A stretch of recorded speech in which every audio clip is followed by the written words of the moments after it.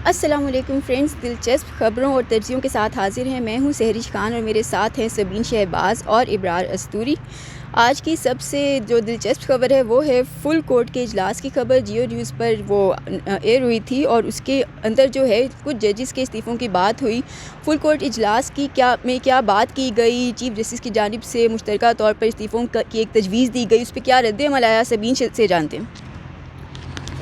सैरिश देखें, full court का इजलास आपको पता है कि जुमेरात को जस्टिस मंसूर अली शाह और जस्टिस तरमीन मुस्ताफ़ी हुए थे। ये वही फुल कोर्ट का इजलास है जिसके लिए खतूत लिखे गए थे 27वीं तरमीम से कबल।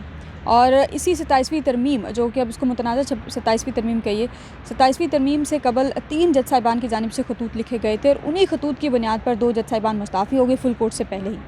एक जज साहब जस्टिस सलाउद्दीन पनवर इस वक्त सुप्रीम कोर्ट में होते हुए सुप्रीम कोर्ट में नहीं है, क्योंकि जिस दिन से 27वीं तरमीम पास हुई है justice Salauddin Panwar supreme court नहीं आ रहे। इस्तीफ़ा उनका ताहाल नहीं आया, लेकिन वो नहीं आ रहे।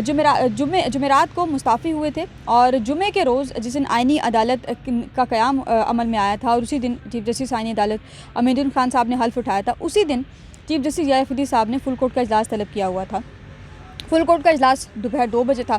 अब फुल कोर्ट इजलास से पहले ही, चूँकि हम लोग हाई कोर्ट से वापस आ रहे थे, हलबर्दारी तकरीब से वापस आ रहे थे, तो उस वक्त में 3 से 4 जज साहिबान हमें जाते हुए नज़र आए। उसी वक्त से एक सस्पेंस ये बना कि अगर फुल कोर्ट का 3 जज साहिबान निकल चुके, 4 जज साहिबान आइनी अदालत जा चुके, 2 जज साहिबान मुस्ताफ़ी हो चुके, तो पीछे फुल कोर्ट का मकसद क्या है, पीछे कौन सी फुल कोर्ट बची है। अच्छा, उसके बाद मुख्तलिफ जगहों से ये पता चला, कुछ सोर्सेज से कंफर्म किया तो पता ये चला कि 7 जज साहिबान सुप्रीम कोर्ट ऑफ पाकिस्तान में नहीं थे, वो जा चुके थे। गुज़िश्ता रात एक स्टोरी जंग के अखबार में छपी है और वो स्टोरी जो है उसमें फुल कोर्ट इजलास का एक तरह से पोस्टमार्टम किया है। अब ये अगर आप स्टोरी को पढ़ें तो थोड़ी सी प्लांटेड स्टोरी महसूस हो रही है, लेकिन मैं ज़रा थोड़ी सी स्टोरी आपके सामने पढ़ती हूँ। स्टोरी ये है कि 27वीं यानी तरमीम पर चीफ जस्टिस पाकिस्तान समेत तमाम जजों को मुस्ताफ़ी होने की तजवीज़ फुल कोर्ट इजलास में पजीराई जो है वो हासिल नहीं कर सकी। एक सीनियर जज की जानिब से ये तजवीज़ ये दी गई, जो इसका क्रक्स है वो ये है कि एक सीनियर जज साहब की जानिब से ये तजवीज़ दी गई कि इसी फुल कोर्ट में तमाम जज साहिबान जो मौजूद हैं वो तमाम के तमाम मुस्ताफ़ी हो जाते हैं। तो फिर याया साहब ने कुछ जज साहिबान ऐसे हैं जिन्होंने मुखालफत की इस्तीफ़ों की कि हम ग्राउंड पर रहकर तमाम तर चीज़ों का जो मुकाबला है वो करेंगे। अच्छा, इसी स्टोरी में कंफर्म ये हो रहा है कि जी जस्टिस आयशा मलिक, जस्टिस मुनीब अख्तर और जस्टिस अकील अब्बासी और जस्टिस मुसरत हिलाली, जस्टिस अकील अब्बासी का इसमें नाम नहीं है लेकिन वो भी फुल कोर्ट में नहीं थे, और जस्टिस मुसरत हिलाली जो ज़ाती मसरूफियात की वजह से पेश नहीं हुए। और ज़राए के मुताबिक फुल कोर्ट मीटिंग में चीफ जस्टिस याफुद्दीन के चैम्बर में हुई थी। मीटिंग शुरू होते ही कई जज साहिबान ने ये कहा कि आज का दिन इंतहाई अफसोसनाक है। हमारे दो सीनियर जज साहिबान जस्टिस मंसूर अली शाह और जस्टिस तरमीन दोनों मुस्ताफ़ी हो चुके हैं। 27वीं तरमीम आइन के हवाले से अदलिया को अपना रद्द-ए-अमल देना चाहिए।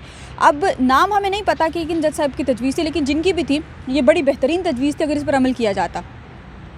फिर एक जज साहब ने सवाल उठाया कि सुप्रीम कोर्ट के पास ऐसा कौन सा इख्तियार है जिसको इस्तेमाल करते हुए ये कहा जाए कि पार्लियामेंट जिसका काम आइन और कानून साजी करना है उसे इख्तियार इस्तेमाल करने से रोक दिया जाए। सुप्रीम कोर्ट के पास ऐसा कौन सा आइनी और कानूनी इख्तियार है। ज़रा ये बता रहे हैं कि जी कुछ जज साहिबान ने फुल कोर्ट की जानिब से हुकूमत को ख़त लिखने की तजवीज़ दी, तो चीफ जस्टिस ने कहा कि मैं ख़त लिखने का हामी नहीं हूँ। ख़त लिखने की बजाय मुझसे मिलकर बात करना चाहिए थी। जिन जज साहिबान ने इस्तीफ़े भी दिए उनको भी ख़त लिखने की बजाय मुझसे मिलकर जो है वो बात करनी चाहिए। तो मेरे दरवाजे हमेशा सबके लिए खुले हैं, मैं खतूत लिखे जाने को दुरुस्त नहीं समझता।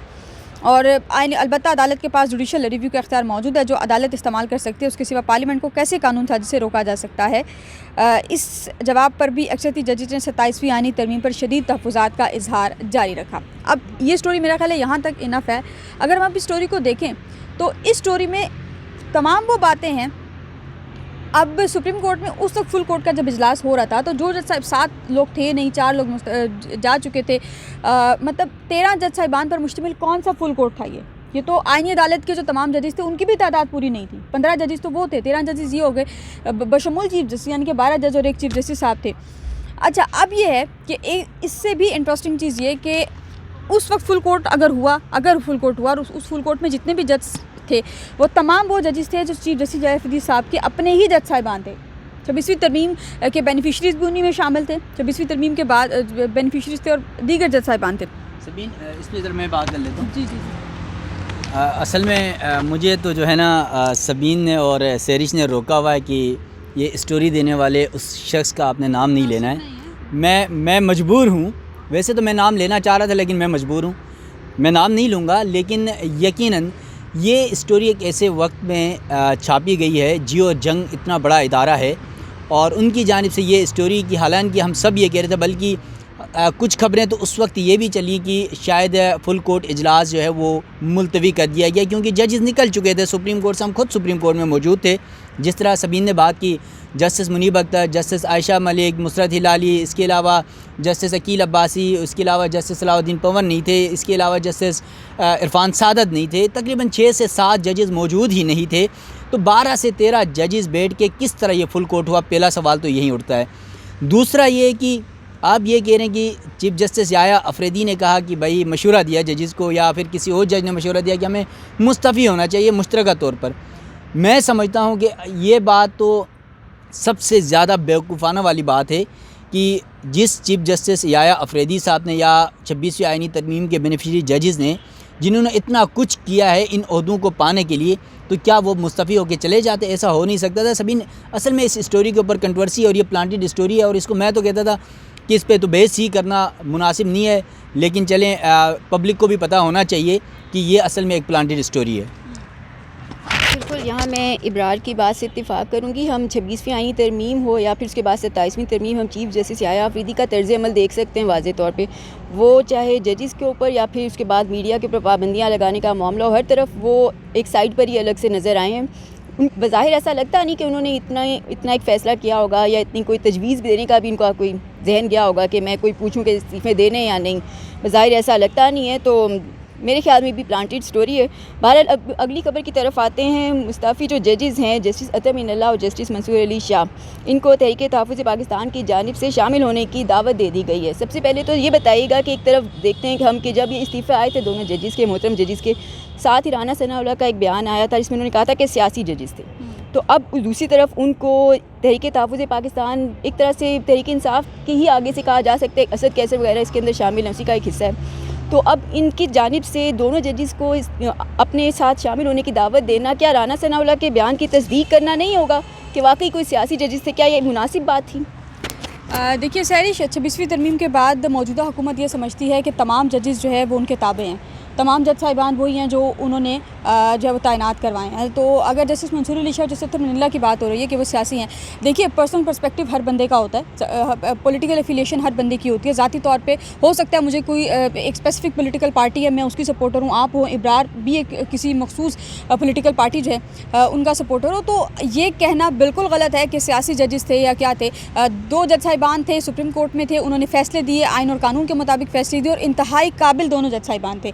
हाँ, उसके बाद एक मुलाकात हुई जस्टिस अतर मिनल्ला की तहरीक तहफ़्फ़ुज़ पाकिस्तान के रहनुमा हैं साजिद तरीन साहब। अब आपको याद है, आपको पता है कि साजिद तरीन साहब, ये मेरा ख्याल व्यूअर्स को भी नहीं भी पता होगा कि साजिद तरीन साहब सीनियर वकील हैं, सुप्रीम कोर्ट में होते हैं। अब साजिद तरीन साहब का अतर मिनल्ला के साथ ताल्लुक़ जो है वो एक अच्छा ताल्लुक़ है पहले से, जब अतर मिनल्ला साहब सुप्रीम कोर्ट में हुआ करते थे।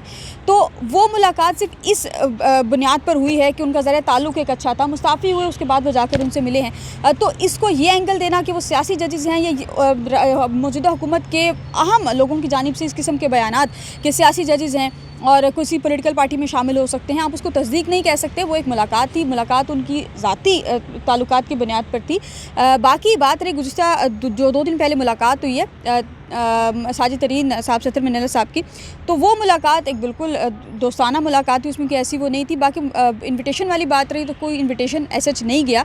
एक चीज़ जो हुकूमत ने कही, सॉरी जो PTI ये कह रही है, PTI का अपना ज़ाती तौर पर जो मेरी कुछ लोगों से बात हुई है वो ये कह रहे हैं कि हम ये चाह रहे हैं कि ये जज साहिबान हमारे मुख्तलिफ कन्वेंशन में आए, जो इनकी इजलास होते हैं उसमें आए, आकर एटलीस्ट आवाम से एड्रेस करें, बात करें, उनको बताएं कि भाई अदलिया में इस वक्त क्या कुछ हो रहा है। तो बाकी पॉलिटिकल एफिलिएशन वाली बात रही ये नहीं है। सबीन थोड़ा सा मैं जिस तरह सेरिश ने राना सनाउल्लाह साहब की बात की है, तो मुझे याद आ रहा है कि जिस जस्टिस मंसूर अली शाह साहब को ये कहते हैं कि वो सियासी जज थे, तो ये वही जज थे मंसूर अली शाह साहब जिन्होंने पंजाब और खैबर पख्तूनख्वा में 3 महीने के अंदर जो इंतखाबात कराने का हुक्म दिया था उमर अता बंदियाल साहब की सरबराही में 3 रुकनी बेंच ने, उस पर अमल दरामद न कराने में सबसे ज़्यादा कलीदी किरदार मंसूर अली शाह साहब का था।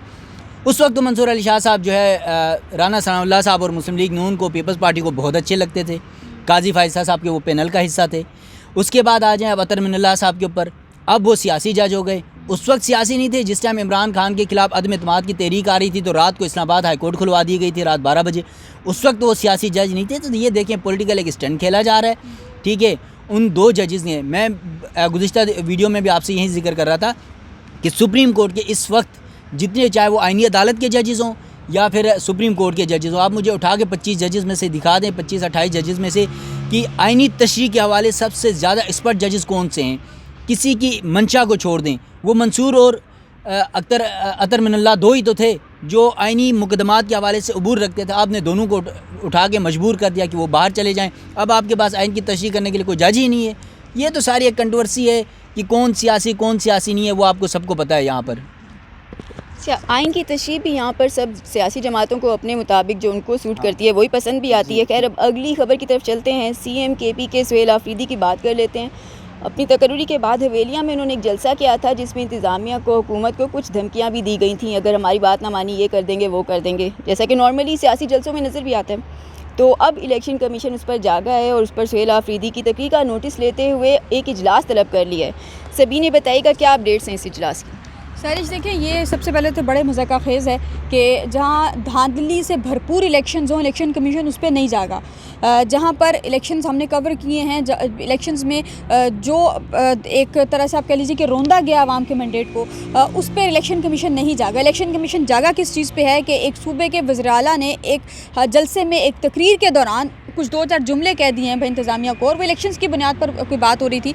उस पर जो है वो सुहेल आफरीदी ने कहा था, मामला ये था कि सरकारी मुलाजमीन जो ज़िमनी इंतखाबात में ड्यूटी से अंजाम देते हैं उनके खिलाफ कोई बात सुहेल आफरीदी ने अपने जलसे के दौरान हवेलिया में की थी। ये वज़ीर आला बनने के बाद उनका पहला जलसा था और उसमें उन्होंने कोई बात की थी। इलेक्शन कमीशन ने सिर्फ इस बुनियाद पर जी कि उनके मुलाजमीन को क्यों धमकाया गया है और क्यों उनके मुलाजमीन को थ्रेट किया गया है, इलेक्शन कमीशन ने एक इजलास बुला लिया। इस वक्त भी वो इजलास इलेक्शन कमीशन में जारी है और उस इजलास में जो कानूनी टीम है वो सुहेल आफरीदी की धमकियों पर चीफ इलेक्शन कमिश्नर को ब्रीफिंग दे रही है।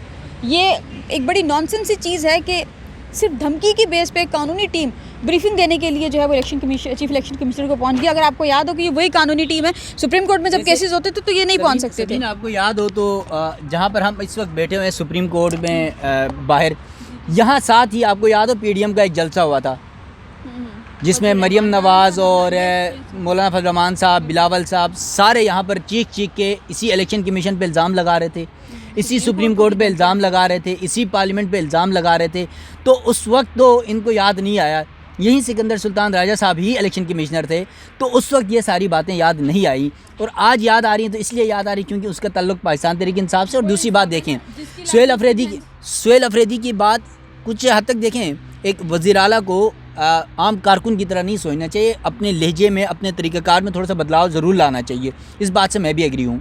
लेकिन यहाँ पर आपको बता दूँ कि जो पाकिस्तान के इंतखाबात हुए 8 फरवरी 2024 को और किस तरह सरकारी मुलाजमीन ने, क्योंकि जुडिशरी से तो लगाए नहीं गए आरओज़, ठीक है, आरओज़ और DROज़, और फिर उन्होंने ब्यूरोक्रेसी से लगाया और उस ब्यूरोक्रेसी ने किस तरह फॉर्म 45 और 47 की एक कंट्रोवर्सी पैदा की और किस तरह 17 से 20 सीटें जीतने वालों को किस तरह 100 से ऊपर सीटें दी गई। तो ये एक कंट्रोवर्सी मौजूद है और उस सूरत हाल में उसकी बात तो एक तरफ तो दुरुस्त भी है कि सरकारी मुलाजमीन अपनी हद में रहें, उनको जो रियासत की तरफ से या जो उनको अवाम की तरफ से एक मैंडेट मिला हुआ है आज़ाद शफाफ इलेक्शन करवाने का, आप इलेक्शन करवाएं, शफाफ इलेक्शन करवाएं, किसी की फेवर ना दें। ना वो ये कह रहे हैं कि PTI को फेवर दें, ना आप नून लीग को फेवर दें, लेकिन आप अपने मैंडेट के ऊपर काम करें। तो उनकी बात भी दुरुस्त है, लेकिन इलेक्शन कमिश्नर पिछले साल कई अरसे से आपको पता है किस तरह मुतनाज़ा रहा है, तो वो आज भी कर रहे हैं और ख़ुद अभी देख लें गैर कानूनी तौर पर बैठे हुए हैं, गैर आइनी तौर पर बैठे हुए हैं, ठीक है। न तो नया चीफ इलेक्शन कमिश्नर तैनात होना था, वो नहीं हुआ, और सुनने में तो ये भी आ रहा है कि 28वीं तरमीम के तहत इलेक्शन कमिश्नर सिकंदर सुल्तान राजा साहब को भी एक्सटेंशन मिलने जा रही है। तो वो अब उस वफ़ादारी को निभा रहे हैं, तो थोड़ा सा वफ़ादारी निभाने दें, ज़रा दिखाने दें पब्लिक को, ताकि इनकी हकीकत और ज़्यादा खुल के सामने आ सके।